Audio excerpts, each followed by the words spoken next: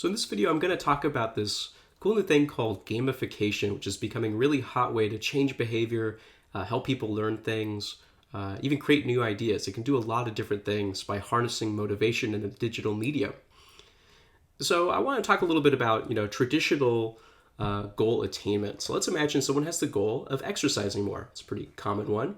There are plenty of things people can do to help themselves attain this goal, and stuff we've already talked about, such as making an exercise schedule, making deadlines, specific goals with specific kinds of exercise regimens included. Also, it's always good to start small. So maybe just running 5 minutes a day and then gradually increasing that time over time. So over the next few months, maybe increase it to 10 minutes and then 15 minutes till you are where you want to be. You can also try rewarding yourself. So for days when you do exercise like you're supposed to, you can allow yourself like maybe a little extra Netflix time or a little video gaming time, or allow yourself to do something fun that you wouldn't normally do if you didn't exercise that day.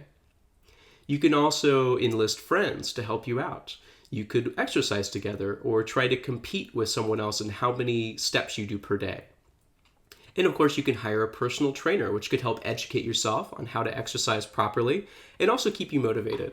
Because if you have a schedule for someone you're paying for and you're supposed to meet at 9 a.m., you're probably more likely to actually exercise that day, given all of those conditions. So all of those are great methods to help you with motivation, but some of them are expensive, like hiring a trainer. Others of them are just things that are a little bit more complicated than most people are willing to do on their own. So that's why gamification kind of came along in the digital era we're now in. And a good example of that is Nike Fuel. So Nike, of course, best known for their shoes, has a bunch of software and hardware now, like their Nike wristbands and Nike apps, that help do a lot of this for you. So for one thing, you can set your Nike Fuel to tell you when to exercise, how much to exercise. They have personalized exercise plans that are created by actual trainers, and they're meant to sort of do the work of starting you off slow at your own level, and then sort of slowly ramping up when you're ready for increased difficulty. It also, and this is a really good hallmark of gamification in general, it rewards you throughout this process. So you can earn fuel points and badges and put your name on leaderboards and compete with friends. And a lot of this helps to motivate people. It might seem like, getting a few fuel points isn't going to help you, but we definitely know in psychology that offering any type of reward where people can kind of see their progress and have something to look forward to, like, if I do another mile, I'm going to get another 10 fuel points and maybe another badge, that really helps to motivate people. It also allows you to share your progress with other people on social media, like on Facebook and Twitter.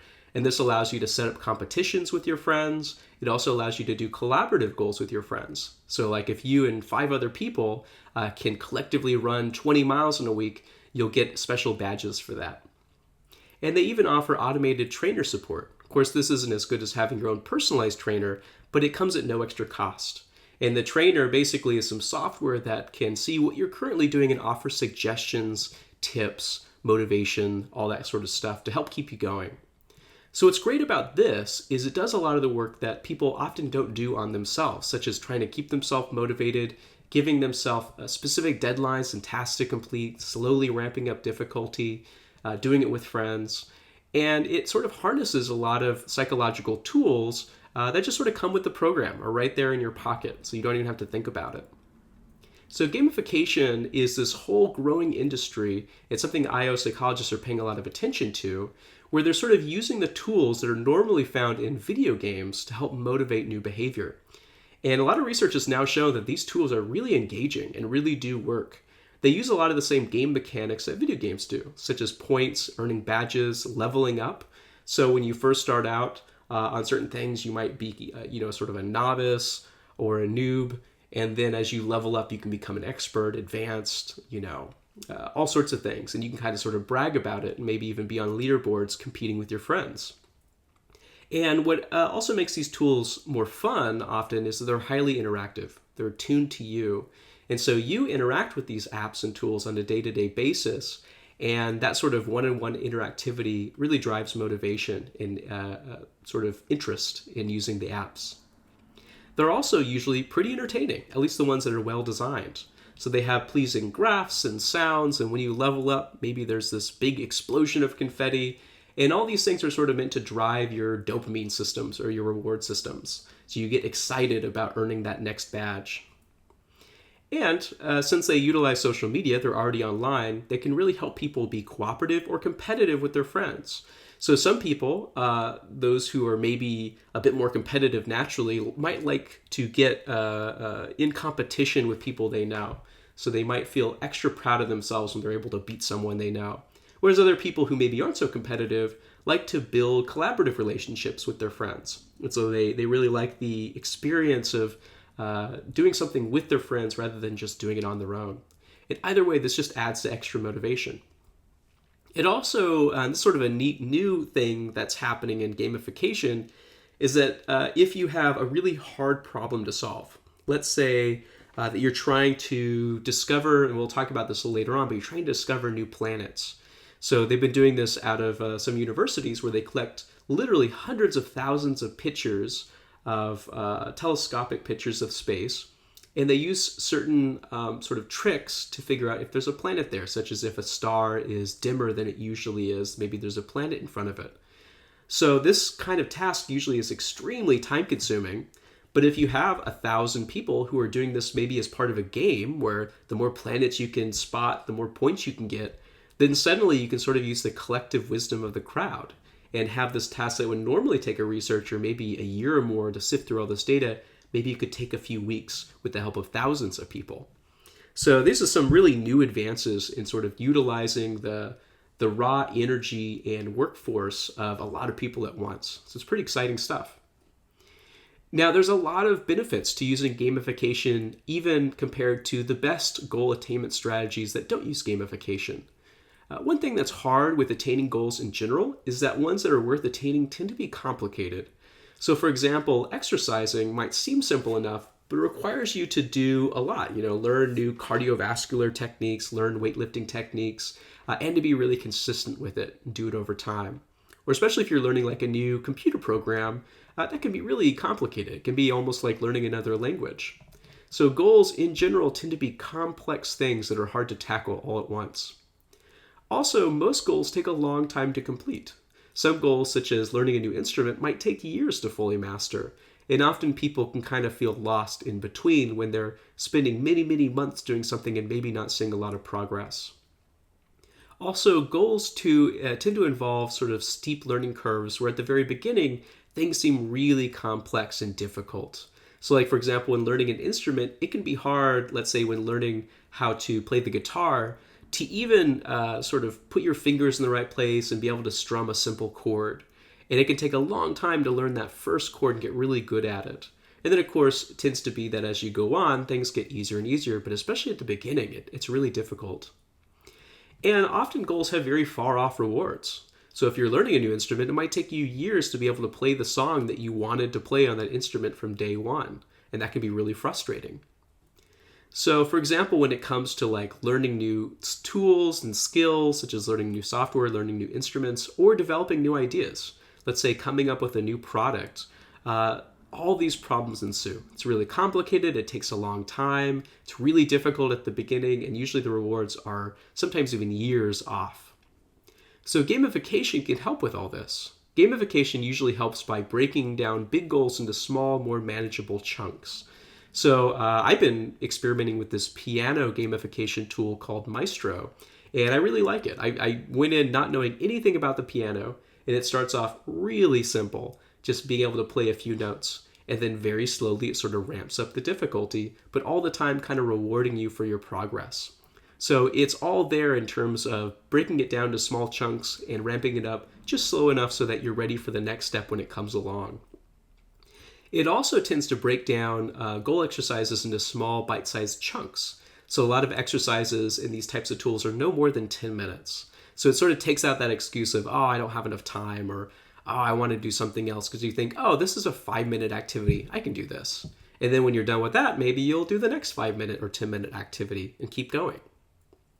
It also starts off easy and of course slowly ramps it up, but only when the player's ready. So usually these gamification tools will sort of monitor how well you're doing and not even suggest doing the next step until you've built up a certain amount of competency at the step you're at. And the biggest thing is it rewards players throughout this process. So you don't feel frustrated, you always feel like you're making progress. And in fact, you are.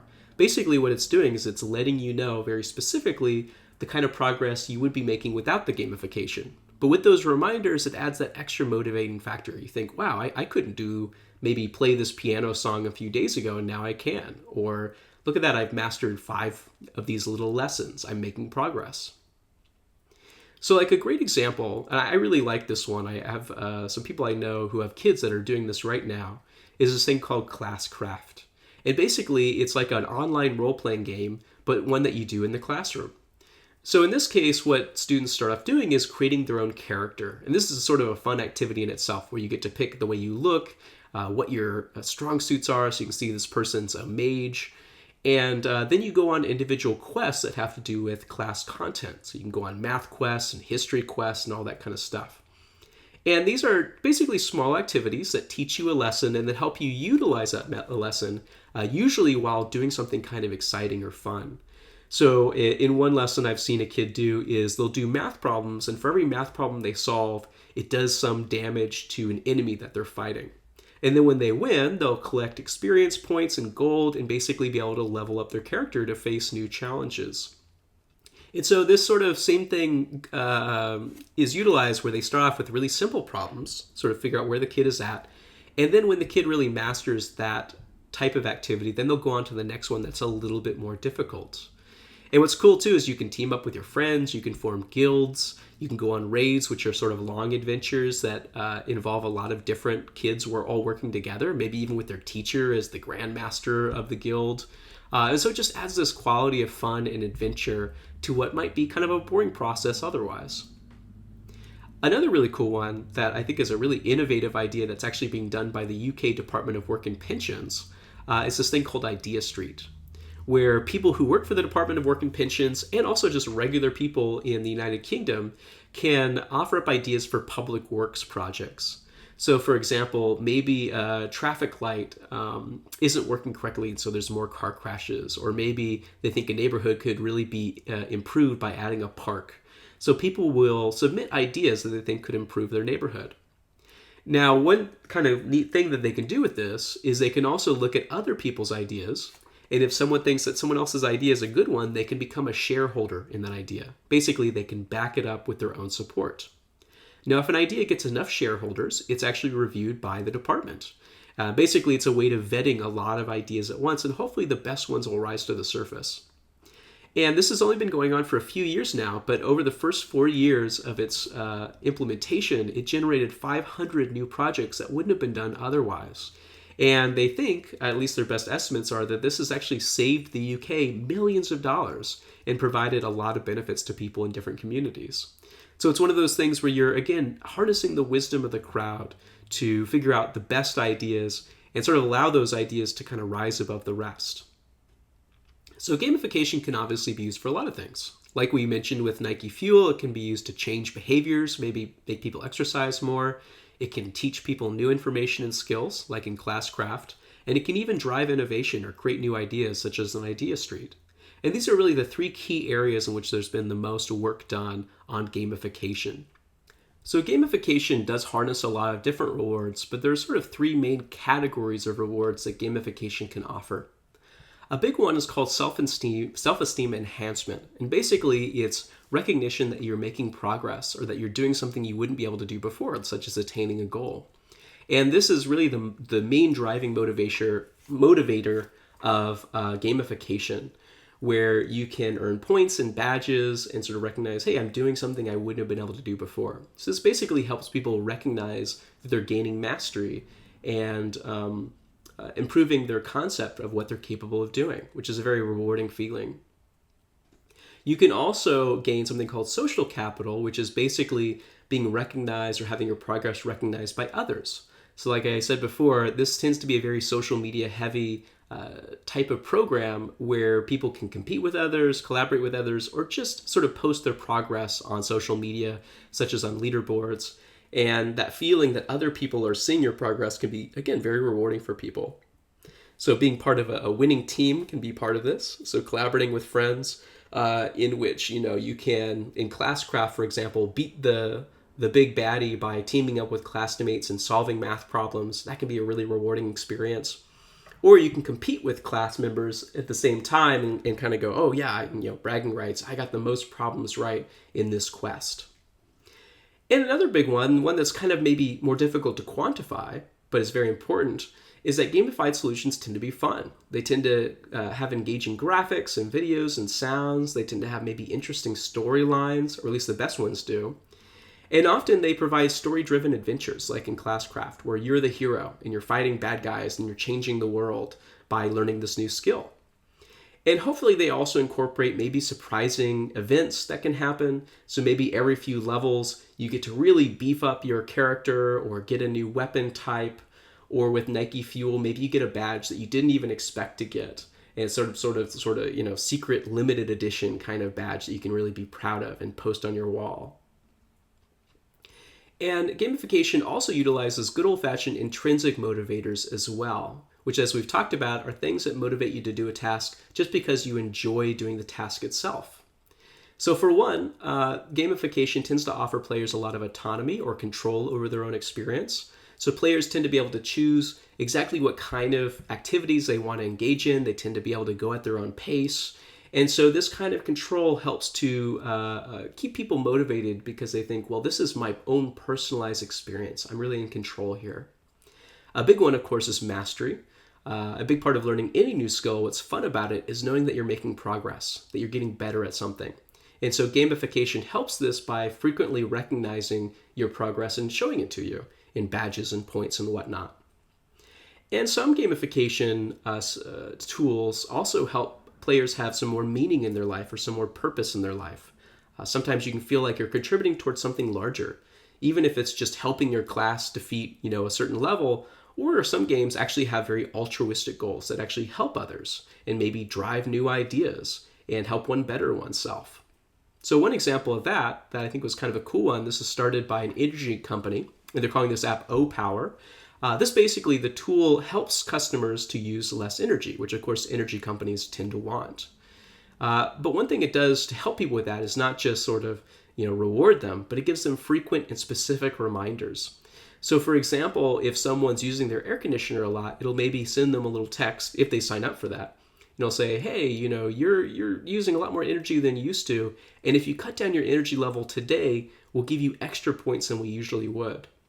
So it tends to reward players, obviously, for cutting back on energy usage. And then a smart tool it also does is it compares you with other players. It'll say, 65% of the people in your neighborhood are using less energy than you are right now. So it sort of gets you in that competitive mode.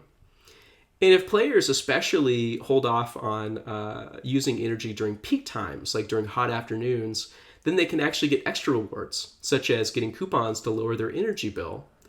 And it even shows players their impact. This is sort of adding more purpose to it. But it says, by cutting down your energy usage compared to last month, you've actually saved this many trees, or you've reduced your CO2 impact by this much.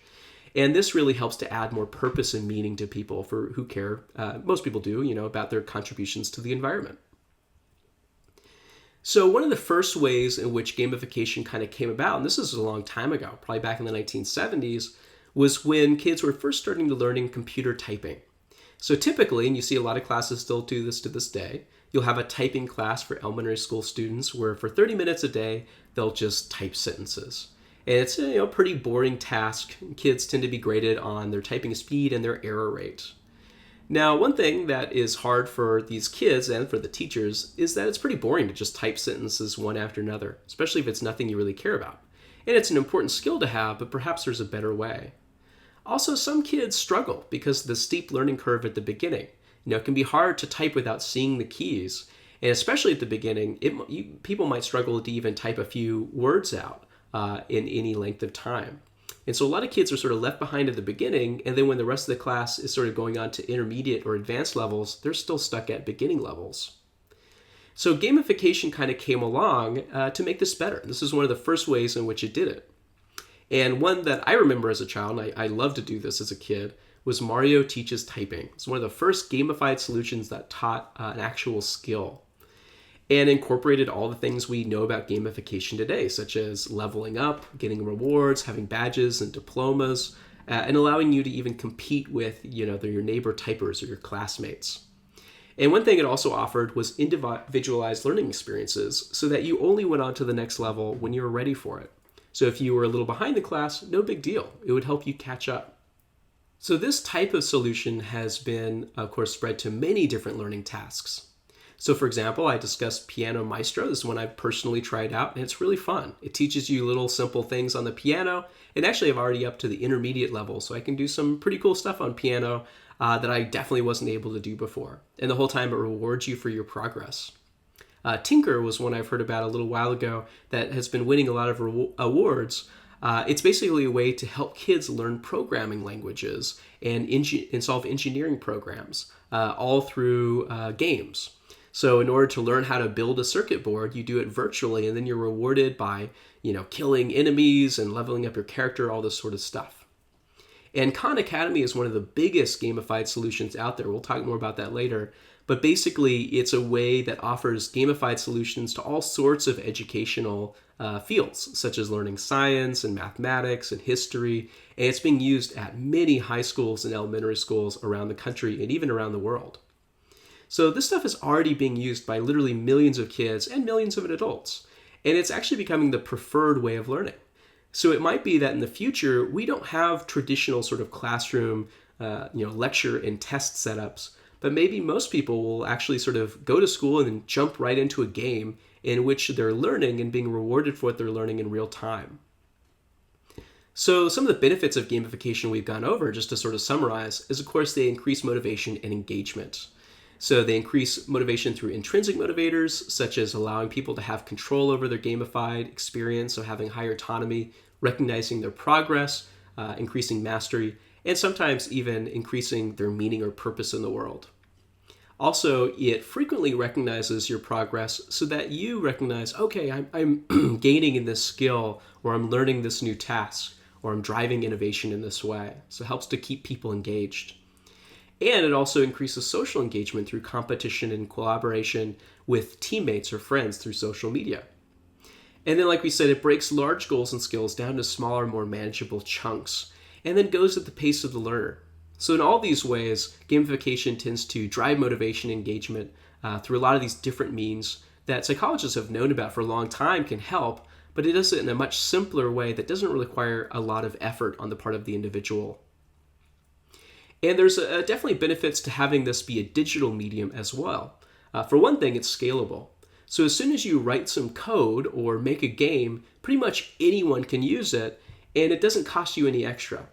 So you could create like a little game that helps people with math problems, and you could use it with one person just as easily as with a million people, because it's just a bit of code maybe running online. It also allows people to tap into social media, so it makes it really easy for people to have that social connection when they game. And it's very low cost.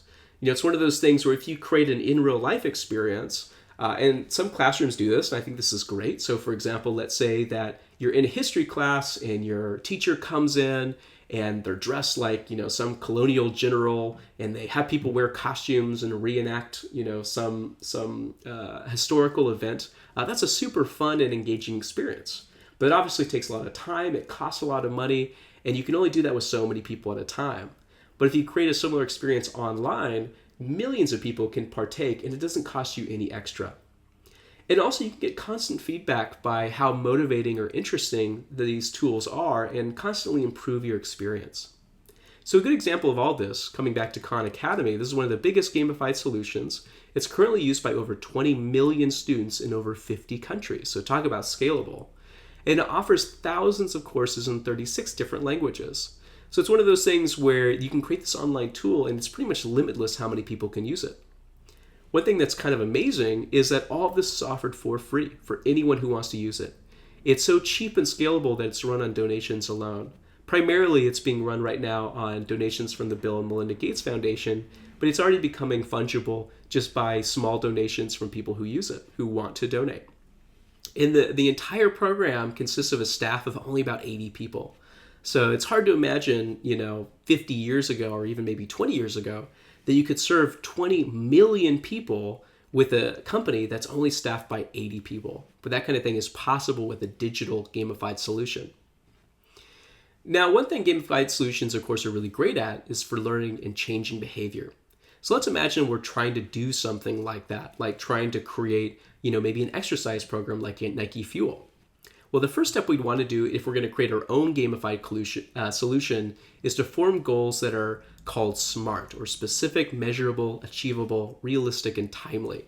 And what this really means is to operationalize your goal down to individual behaviors. So for example, if you're creating an exercise app, you don't want to just have the app ding and go, hey, start exercising. But maybe, especially if it's at the beginning, you want to start with something small and specific, like, hey, do 10 push-ups. Or, hey, maybe walk a half mile and I'll measure it for you. So in this way, it's specific, it's measurable, and it's achievable. It's something the person can realistically do. And you want to have it sort of ding or remind the person in a timely manner when it's likely that they're not going to be at work. And of course, you can ask the people that are using the app, when would be the best time for you to exercise? And it'll remind you at that time. And once you have that set up, of course, then it's great to break down larger goals into step-by-step goals, taking baby steps along the way. So maybe their end goal is to run a marathon, but obviously people usually aren't ready for that right at the get-go. So you can start off by having people just run 1 mile and then slowly ramp it up to marathon level runs. And you want to set a learning curve that's very easy to accomplish, especially at the beginning. So oftentimes it'll start off with behaviors that are so easy people might think they're kind of trivial. Like, I want to run a marathon and you're only having me start with 1 mile. But it's just to give people a sense of accomplishment and then to sort of baby steps fashion, slowly ramp it up so that people aren't frustrated or left behind. So by setting your own learning curve, it basically avoids that steep learning curve that's so common among people trying to attain a big goal. Step 4, and a really important one, is to set up a learning feedback loop. So this is a way in which you learn a new skill, learn new information, and then oftentimes what they'll do is have you then use that new information or perform that new behavior, and then they repeat. And maybe in that intermediate step, they'll test to see how well you're doing. And if you did really well, they'll step you up to the next level. And if maybe you didn't do so well, they'll have you repeat sort of the same level over again. And sometimes they'll even use what they call conceptual learning models, in which people will have new information sort of given to them. So maybe you're learning JavaScripting through a gamified solution, and they'll present a problem that you have to use that new information to solve. So you just learn some scripting on maybe how to create internet buttons that do certain things, and they'll say, hey, create a button that does this. And then you'll have to use what you've learned to solve that problem. And that's a great way to solidify what you've learned and also to test it out to see if you're ready for the next level. There can also be something called experiential learning, in which by doing tasks or by having sort of these adventurous experiences, you're learning along the way. And this is really like what Classcraft does, where you're fighting bad guys and you're gathering treasure, and along the way you might be learning facts about history and being tested on it, or along the way you're solving math problems and learning new techniques. So it's sort of like learning along with the experience rather than having these sort of broken up ways in which you're learning for a little while and then being tested and learning again. It's kind of all run together. But all this sort of creates a feedback loop in which people are gathering and gaining new information, skills, behaviors, and then they're being tested on it, cementing it in sort of their brains, and then seeing if they can go on to the next level. And by creating a feedback loop that's fun and engaging and variable enough to keep people's attention, that's a big part about creating a successful gamified solution. Now, step 5 is also very important. It's celebrating success. So finding ways to make people feel like they're, accomplishing something, to be proud of what they're accomplishing. And obviously, this is where points and badges and levels often come in. And then also, many gamified solutions sort of send up reminders for people to sort of keep them engaged. So it could be a reminder to exercise every morning or to play the piano a little bit every day. And oftentimes, these prompts will come from the gamified solution itself, or if you're part of a group, maybe come from other group members, such as friends or a teacher when it comes to Classcraft. It might say, hey, it's been a while since you've done one of the quests. Why don't you try to complete this quest today? And then step 7, very important, is connect players. Use social media so that they can engage with people that they know in the real world. This is often very motivating because it allows them to have bragging rights. They often will feel sort of responsible. They don't want to let people down. and they don't want people to know that they're slacking off. So this creates a lot of opportunities for competition and cooperation and mutual encouragement. And it makes it easy for people to sort of invite others on board. So you go, wow, I'm really loving this, Piano Maestro app, and I've already learned all these songs. You should do it too. And it can also connect players with so-called experts or trainers or guides, people that are hired by the company that can offer a little bit of extra support when it's needed. So if you notice on the Nike Fuel app that someone's really lagged behind, they're doing great, and then they had 2 weeks where they just didn't do anything, maybe they can have a trainer call them up and go, hey, we've just noticed that you were making great progress, but you seem to have stopped. Is there any way we can help or offer you some advice? And that can be a great extra tool to help people along the way to attaining their goals. So along with this, there's some additional factors to consider whenever creating a gamified solution. And some of the basic factors are just thinking, well, what are the goals? And what do people find rewarding? And obviously what you should do is find goals that people themselves want to accomplish. So one mistake that some people will make is to think that they can make any task interesting by gamifying it. So recently there was this article about trying to get people to report more accidents and mistakes on the factory line by gamifying the solution. So basically say for every accident that you turn in and file a report on, we'll give you some points and we'll have a leaderboard so people can compare themselves. And they found that this generally wasn't successful. And one of the big reasons they found out is because the employees didn't really care about this as a goal. So you have to pick something that is a goal and going to be rewarding for people regardless of whether it's gamified or not. And then you can use gamified solutions to sort of increase the motivation and engagement in that goal. One thing you can do to sort of help you with this is to create personal or player personas. So often this will go along with some surveying of whatever kind of population you want to market to or you want to help out. And then from that, you can discover patterns. And then one way to simplify the data is to actually sort of write up a bio for an imaginary person that kind of matches one of these patterns. So let's imagine if we're going to create an app or some gamified solution to help new students sort of accomplish their goals of doing well in classes in their first semester at college. And you might discover that a lot of people sort of match this kind of persona that we're going to call Annabelle. Of course, this is a fictitious person, but this person might typify a lot of the common types of people in your population that need help.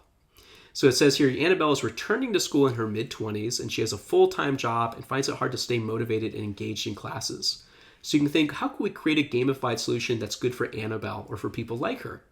Perhaps what would be especially good is, since we're trying to increase motivation and engagement, offering frequent rewards, maybe frequent reminders to do little chunks of studying, and to not require Annabelle or people like her to do really long tasks. Because she might go, well, I'm really busy, I have a full-time job, so maybe making tasks like studying or doing class projects boil down to little, maybe 5 to 10 minute chunks, and then reminding her throughout the day, and especially when she's not working or at school, to do those. And that might be very different than the needs of someone like Scott, who maybe typifies another chunk of your population. And Scott maybe is a first-generation college student who often worries that he's not smart enough for college, and he wants to know that he's prepared for classes and needs frequent affirmation. So maybe Scott doesn't need a lot of reminders and doesn't need small chunking of activities, but maybe what he needs is a lot of recognition for his accomplishments and sort of ways of saying, hey, if you've accomplished all these tasks, you're going to do great on the class exam, to sort of boost his confidence. So in this way, you can create different gamified solutions or sort of incorporate these different tools in the same gamified solution for your population. And so this is just sort of a handy tool to think about what kind of population needs you need to meet in creating a gamified app or solution.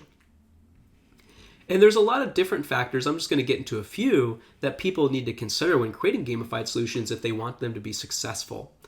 And basically, I boil it down to 5 factors that should be considered. So one is, should you focus more in your app on collaboration versus competition? So one benefit of collaboration is it allows for many people to quote unquote win or feel like they're making progress. So if you allow people to set up teams, to be part of teams, then once a team wins, that allows for a lot of people to feel good about it.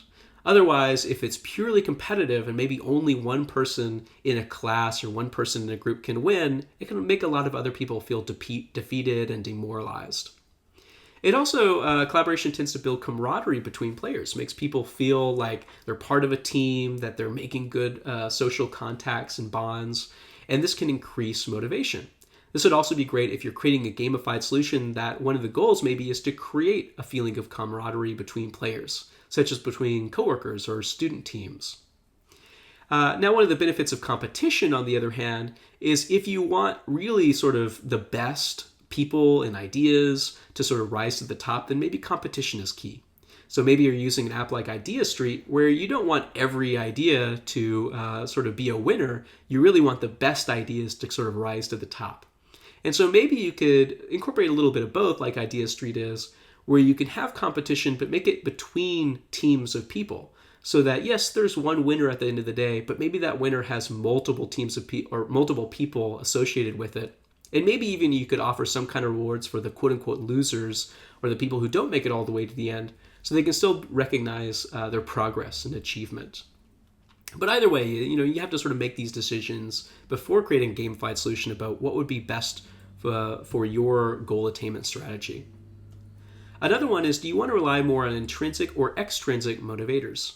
So intrinsic motivators are usually one of the best key things to use. So helping people feel in control, recognizing their progress, increasing their feeling of purpose, and also using things like self-esteem enhancement, social recognition, and fun to increase people's feeling that this is something I want to do. This is something that is enjoyable in and of itself. But you can also use some extrinsic motivators. So like with O-Power, they're basically motivating people with cash and coupons and saving on their energy bill by having people reduce their energy uses. You can also include things like lotteries and prizes and raffles, so that if you accomplish such and such a behavior, maybe you're automatically entered into a raffle to win something cool.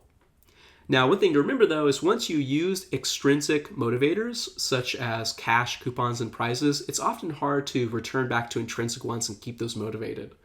Because oftentimes people go, oh yeah, now I'm just doing it to save money, or now I'm just doing it to get these extra coupons. And then suddenly if you can't offer these extrinsic motivators anymore, maybe it's too expensive, then people will often jump ship because no longer are they doing it for the fun or for the self-esteem enhancement or whatever they were doing it for before. So you want to use extrinsic motivators really lightly and only rely on them if the intrinsic motivators just aren't working well enough. One thing you can also pay attention to is whether you want your gamified solution to be a multiplayer experience where lots of people get to interact with each other, or more of a solitary experience where it's one person sort of making their own progress. And multiplayer tends to be sort of the common mode that a lot of gamified solutions employ. For one, you can tap into motivating factors such as cooperation and competition, which we've talked about. And also, it helps to motivate players through self-esteem enhancement because other people can sort of see your progress, and that social recognition can often be an extra motivator. So if you're having a solitary experience, you can't have these extra motivating qualities that are so helpful in gamified solutions. You can also have players, of course, support each other and be on the same team, help each other, be rewarded for helping each other, and that all is going to add to motivation. But some activities are just really hard to make into a multiplayer experience. So for example, if you're really trying to learn a new computer program, for instance, some of the best ways to do that are just through practice. And it can be really hard to write a computer program collaboratively with someone because really you have to do it one code of or line of code at a time. So sometimes you do sort of have to just rely on solitary activities, and then maybe you can include some kind of collaborative or competitive way of comparing people, such as how many lessons you can get through in a day, something like that. So, there are plenty of ways to make these solitary activities engaging too. Of course, you can still rely on mastery and purpose and autonomy and things like that, but you are going to be lacking a little bit in some of the more social motivating factors that multiplayer software can take advantage of. One thing that's good to consider too, a lot of people don't think about, is some gamified solutions are sort of campaign oriented, where there's this experience that has a beginning, a middle, and an end, usually kind of a quest or an adventure. And the end results in reaching this finite goal, such as maybe learning a new computer program or learning some new kind of skill like playing the piano. Whereas other types of gamified solutions are really better oriented in sort of this endless play style where you're sort of always trying to reach the next level or always trying to challenge yourself and hopefully are continually rewarded for it. So for example, with Idea Street, where you're continually generating new ideas, there is no finite goal. It's not like we reached 500 ideas and we're going to stop, but we want to keep doing more, keep helping community, or keep reducing power usage when it comes to like the O-Power app. So sometimes endless play is a much more advantageous thing when it's a behavior or something you want to learn that's just sort of continues on and on. Now, either way, players should feel rewarded throughout the progress. And often endless play, it's a little harder to do this because you have to sort of come up with new ways of rewarding people throughout the experience. And obviously, if it's endless, you have to keep innovating those throughout the years if you want people to keep engaged and you don't want them to get habituated to their rewards and badges and progress. So for example, like in actual video games, so if people are playing something like League of Legends or Dota or World of Warcraft, these sort of things have been going on for years now. And so every few months, these game companies are having to come out with new adventures and new character types and new weapon types to keep people engaged. The same kind of thing is true if you want to create a gamified solution that's itself endless. And one of the last things to consider is, do you want a very scripted gamified sort of plan, where basically this tends to go along more with the campaign style where you have a beginning, middle, and end, but where basically players' progress is kind of pre-designed and plotted out for them. And this is a really nice way to set up, your own learning curves to make sure they're not so steep, and to set up your own learning loops and all this sort of stuff to have a lot of control over your gamified solution to make sure it's rewarding throughout the process. So it's one of those things where this is best for learning very specific skills, such as playing a new piano or learning a new computer program, and for basically something where you have a finite goal in plan, or a finite goal in mind. Another type is emergent gameplay, where it's a little bit more loose, and this is where the gameplay is really determined by the player themselves. What do they want to do, or what do they want to accomplish? And so this would be more like the idea street model, where you're trying to innovate new ideas. And so there's no real right or wrong way for a player to play, and so it becomes a lot harder to sort of manage how to reward players and when to reward players, and to recognize when a goal has been attained. But there are ways to do it. And this is really best for creating new ideas or developing what people call soft skills, or skills that don't have a defined sort of behavior set in mind, like playing the piano, but are things that you can be better or worse at, such as being a good critical thinker, having good communication skills, things like that. Something also where you can really sort of improve endlessly. You can always get better at it. So some examples of these different types, like if you take Khan Academy, for instance, this tends to be a more competitive model. Often they have people or classes compete with each other, and they have leaderboards and certain badges you can only get if you win against another team or player. And they really rely on intrinsic motivators. They don't provide people with any cash or coupons or provide students with any of that, but they provide them with a sense of progress and mastery and autonomy. And it's mostly solitary play on Khan Academy. I've tried out a couple of classes, and for the most part, it's things like mini games, videos that you can watch, and of course, quizzes that you take to earn points. And most of this is done kind of on your own time. And so this is also very campaign driven. Each class has sort of a beginning, middle, and end that's very scripted. And so it's sort of a great model in being able to really control the player experience and make sure they're rewarded and engaged the whole way through. And you can compare that with something like Idea Street, which we've been talking about, where it's much more cooperative. There you can join as many teams as you want, become a shareholder on different projects and help improve projects. And they really rely on extrinsic motivators. So the end goal is to get something actually done in your neighborhood. And also they offer certain things like coupons and savings that can be used that are sort of extra extrinsic motivators to keep people engaged.